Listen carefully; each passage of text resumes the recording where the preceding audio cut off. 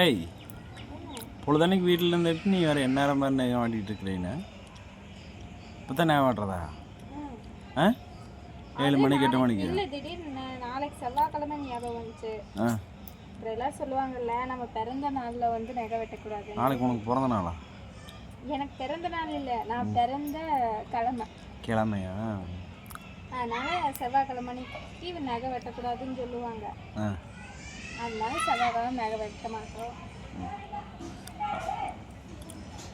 அதனால நீ நிறைய அது ஒரு வாரமாக நினச்சிட்டு இருக்கேன். போன திங்கக்கிழமையிலேருந்து நினச்சிட்டு இருக்கிறேன்.